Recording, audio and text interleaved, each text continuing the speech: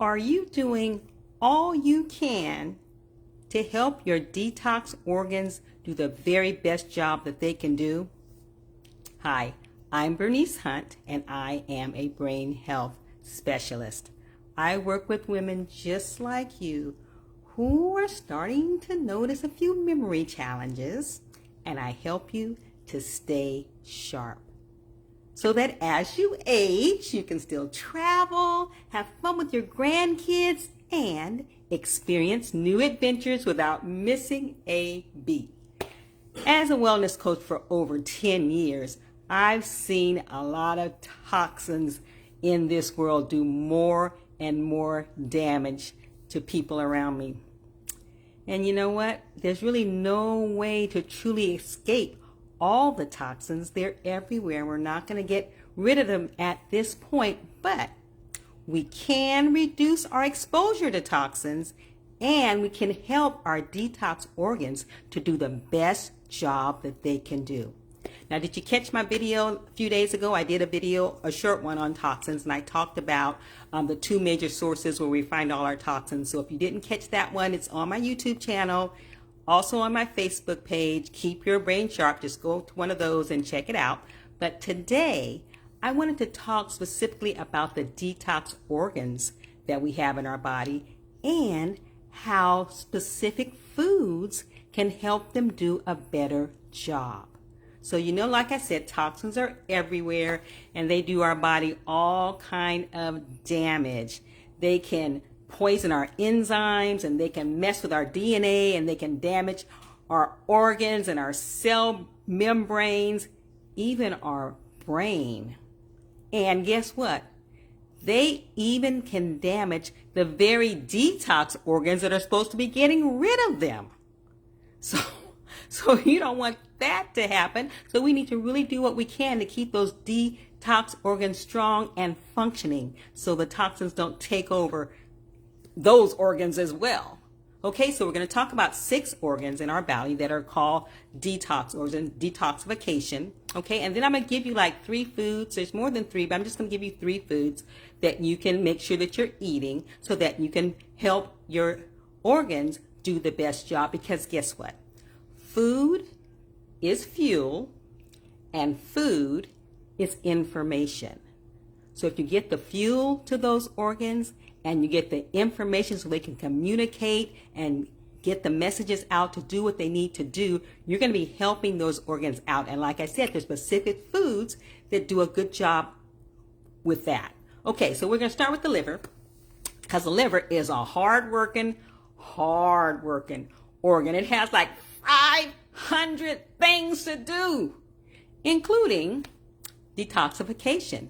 In fact, our liver has to clean every ounce of blood that flows through our body. Every ounce of blood goes through our liver, and it's our liver's job, among other things, to clean it of the toxins that are in there. And also, if there's chemicals that need to be neutralized, so they're not harmful anymore, it deals with that as well. So it has a big job to do. But there are some foods that will help it do a better job, and one of them is leafy greens. Leafy greens are wonderful for a lot of things, and yep, they're wonderful for helping that liver out. Leafy greens. Another one is green apples. So I hope you like those tart green apples because they're good for your liver. And another one is broccoli. So those all have to be green things. But anyway, so leafy greens, green apples, broccoli are 3 of the foods that you can eat that will help your liver do a better job. Okay, so that's the liver. Let's go to the lungs. Now, you know what the lungs do?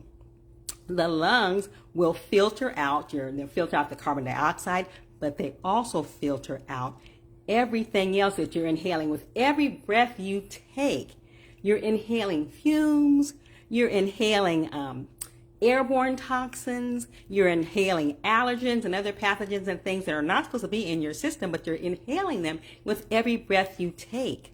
So it has a big job to do as well. Now, the most natural thing to do is your deep breathing. I know you've heard about deep breathing, and especially the exhalation part. So you're going to inhale, that's going to come natural.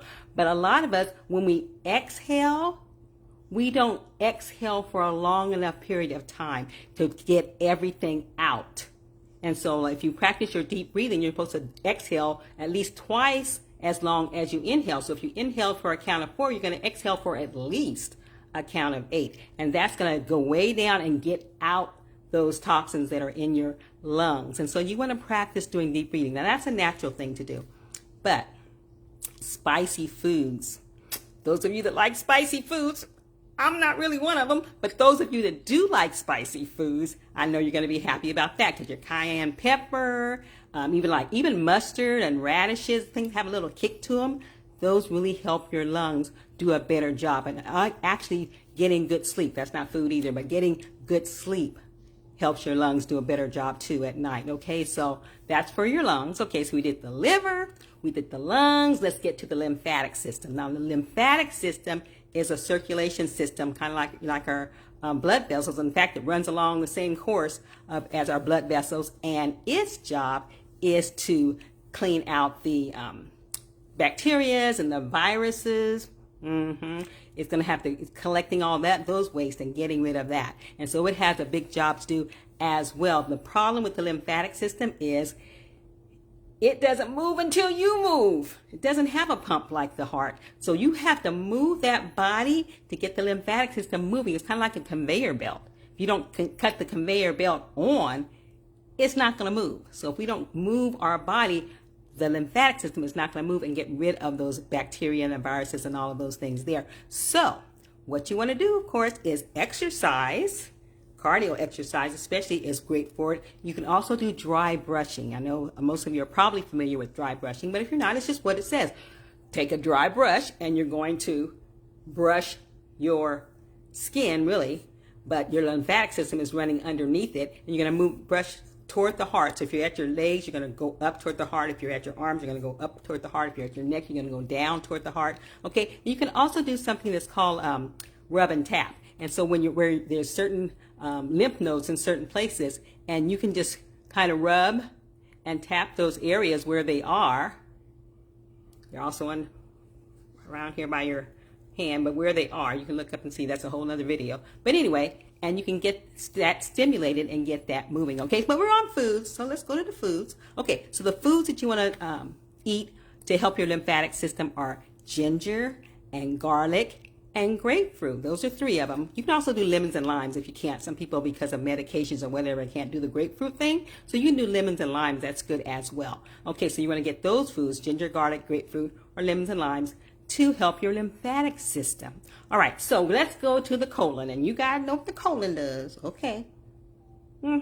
It's going to get rid of those solid waste. It eliminates the solid waste out of your body. And you got to get that stuff out, guys. It got to get out. Because if it doesn't get out of your body, guess what? It's going to have a tendency to seep back into your bloodstream. And you do not want that happening. So drinking a lot of water, I know you guys already know to do. You know, a lot of people are constipated and you don't want to get that way. You want to drink a lot of water. You want to eat a lot of fiber. Those are things you want to do. And you want to eat a lot of probiotics.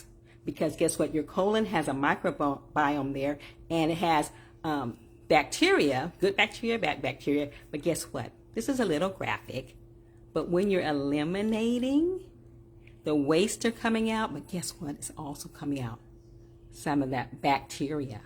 And so you're losing some bacteria. So you're going to have to replenish that bacteria by eating probiotics, because you want the bacteria down there doing what they need to do. Okay, which is, getting that waste stuff ready to get out of there. All right, so you want to make sure you have probiotics as well. But so the other foods that you need, though, lentils will help a lot, and apple cider vinegar. I know some of you love your apple cider vinegar. Apple cider vinegar, we talked before about having a tablespoon or 2 in your lemon water in the morning. That's easy way. And I love, okay, I'm going aside now, but I love using pomegranate juice and apple cider vinegar. Oh, it tastes really good. It's kind of like a healthy wine kind of thing that you're drinking. But anyway, so you want to do apple cider vinegar and also garlic or onions, okay? So we have lentils, apple cider vinegar, garlic or onions. It's going to help with your colon, okay, to help to get that out, push that out, which we definitely want happening. Okay, so let's go on to our kidneys. Okay, so we've done the liver, we've done the lungs, we've done the lymphatic system, we've done the colon, we're on our kidneys. And you guys know what the kidneys are for. They flush out the toxins and the waste that the liver cleaned out of your blood.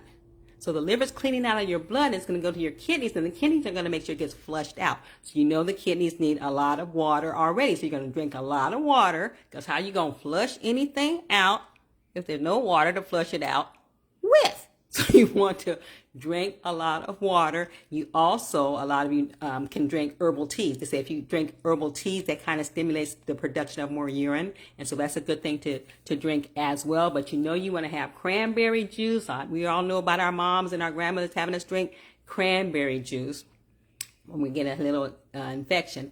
Cranberry juice, parsleys, and leafy greens as well. So you want to eat those kind of foods and drink those kind of things to help your kidneys. Okay, so the last thing we're talking about is our skin. Now, our skin is the largest organ. As you can tell, it is everywhere, all over our body. We're encased in our skin. So guess what? Lots of opportunity for toxins to come in. They can come in from everywhere. So it's really important that we help our skin detox. And you know that how our skin detoxes, it's going to sweat it out. Okay, so it's going to excrete it through our pores, right? Okay, so in order to sweat it out, what you got to be doing, you got to be drinking some water again. How you going to sweat if you're not hydrated? So you need to be drinking a lot of water. And there's a lot of ways the skin can detox. You can do a sauna. You can do dry brushing again.